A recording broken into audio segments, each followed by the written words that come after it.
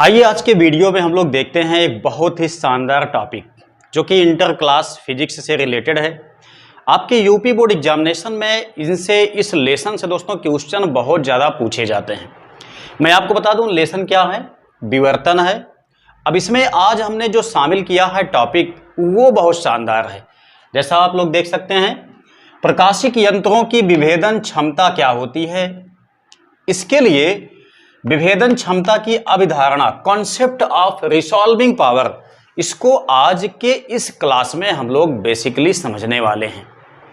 यदि आप लोग इंटर के स्टूडेंट हैं, एग्जाम देना है आपको 2024 में, तो ये क्लास, ये वीडियो आपके लिए बहुत ज़्यादा अच्छा साबित होगा। इसलिए अगर आप लोग इस चैनल पे आ गए हैं तो बिल्कुल भी इस वीडियो को देखिए, बहुत ही शानदार क्लास आपके लिए ये होने वाली है। देखिए इसका कुछ कॉन्सेप्ट हम लोग समझेंगे। देखिए इसी में आपको मिलेगा दूरदर्शी की विभेदन क्षमता, ध्यान दीजिएगा, दूरदर्शी की विभेदन क्षमता भी मिलेगी, विभेदन सीमा भी मिलेगी। किसकी? दूरदर्शी की। इसी लेसन में आपको मिलेगा सूक्ष्मदर्शी की विभेदन क्षमता की विभेदन सीमा। ठीक है, ये दोनों टॉपिक आपको समझने के पहले विभेदन क्षमता प्रकाशिक यंत्रों की क्या होती है, ये हमें समझ लेना बहुत ज्यादा आवश्यक है। देखिए यहाँ पे हम दो चीजों को बहुत अच्छी तरह से समझेंगे आज के इस क्लास में। पहला चीज क्या है कि कॉन्सेप्ट ऑफ रिसॉल्विंग पावर, मतलब विभेदन क्षमता की जो कॉन्सेप्ट है वो समझेंगे। उसके बाद विभेदन सीमा क्या होती है, इसे हम समझेंगे। ये दोनों बातें आपके लिए बहुत ज्यादा मायने रखती हैं, तभी आप इसको समझ पाओगे जब आप इनको समझ लोगे सही तरीके से। तो दोस्तों क्या होता है, ध्यान से आप समझिए बात को, कि जब कोई दो वस्तुएं बहुत पास पास में होती हैं, उनको हम पास से जाकर के देखते हैं तो हमें पता चलता है कि दोनों वस्तुओं के बीच में स्पेस है, यानी कि दोनों वस्तुएं आपस में जुड़ी हुई नहीं है। ठीक है, कुछ स्पेस है। लेकिन जैसे जैसे हम कुछ दूर उससे होते जाते हैं, वैसे क्या पता चलता है, हमें ये आभास नहीं हो पाता है कि दोनों वस्तुएं अलग अलग हैं। हमें उनके बीच में ओवरलैपिंग दिखाई देती है, मतलब अति व्यापन। जैसे आप लोग ध्यान दीजिए, यहां पे हमने दो लाइनों को खींचा है। आप देखेंगे दोनों लाइनों में क्या है, दोनों लाइनों में स्पेस है। लेकिन अभी भी आप कंफ्यूज हो जाएंगे क्योंकि मैंने लाइन ही कुछ ऐसा खींचा हुआ है। आप ध्यान देंगे दोस्तों तो यहां पे देखिए, ये आपका जो बीच का स्पेस है, ये तो साफ साफ आपको दिखाई दे रहा है कि हां बीच में स्पेस है।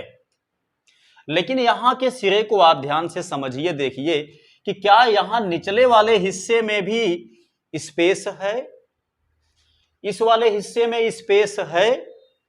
आपको शायद थोड़ा सा कंफ्यूजन हो जाए। दोस्तों यही कंफ्यूजन जो होता है वो प्रकाशिक यंत्रों में भी हो जाता है।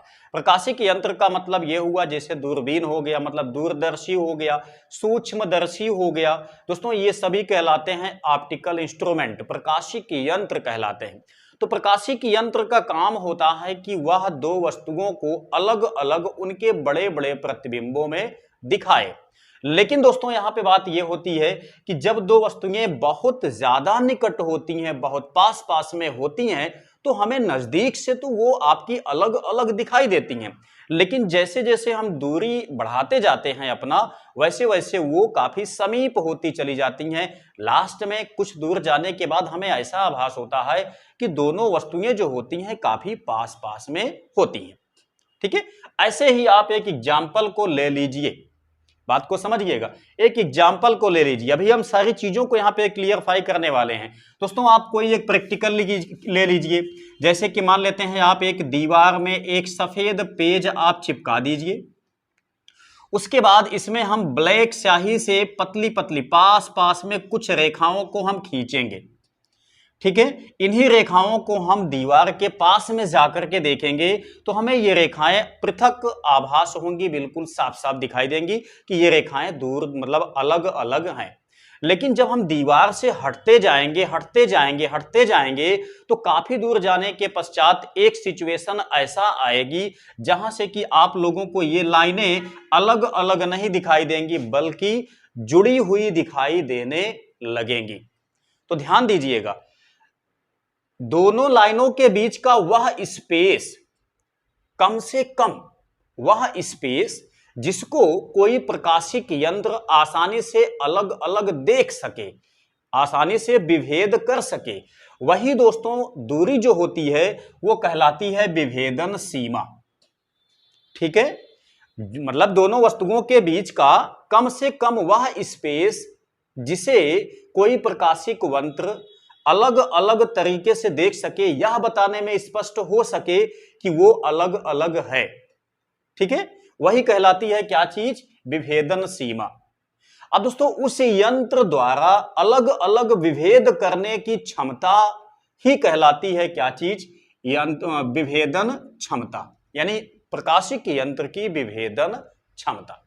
ठीक है, अब ध्यान दीजिएगा दोस्तों, यहां से विभेदन सीमा जितनी कम होगी उतना ही ज्यादा होगा क्या चीज? विभेदन क्षमता। ठीक है, मतलब जितना कम स्पेस को कोई यंत्र अलग अलग करने में कामयाब होगा वह यंत्र उतना ही तो ज्यादा अच्छा है। ठीक है, यही बात है कि विभेदन सीमा जितना कम होती है उतना ही उस यंत्र की विभेदन क्षमता ज्यादा होती है। किसी यंत्र के लिए ये दोनों शब्द आपके इस्तेमाल किए जाते हैं। ठीक है, अब देखिए जैसा मैंने आपको इस प्रैक्टिकल में बताया, इस हिसाब से आप लोगों ने इस चीज को समझ लिया कि क्या होता है विभेदन सीमा, क्या होता है विभेदन क्षमता। अब एक बात को समझ लीजिए, प्रैक्टिकल से यानी एक्सपेरिमेंट से यह देखा गया है कि 1 मिनट, कितना? 1 मिनट